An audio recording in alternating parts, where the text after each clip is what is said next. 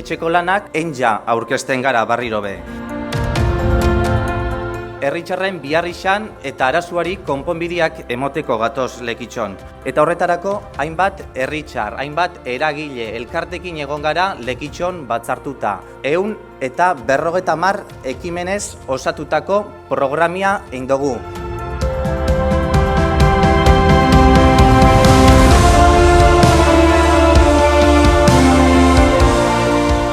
Ailaga da erabaki bat hartzeko momentua.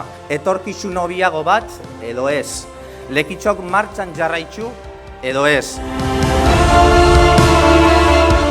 150 konpromiso maitxe dugun herri jentzat egin dugu oraingoan be bai.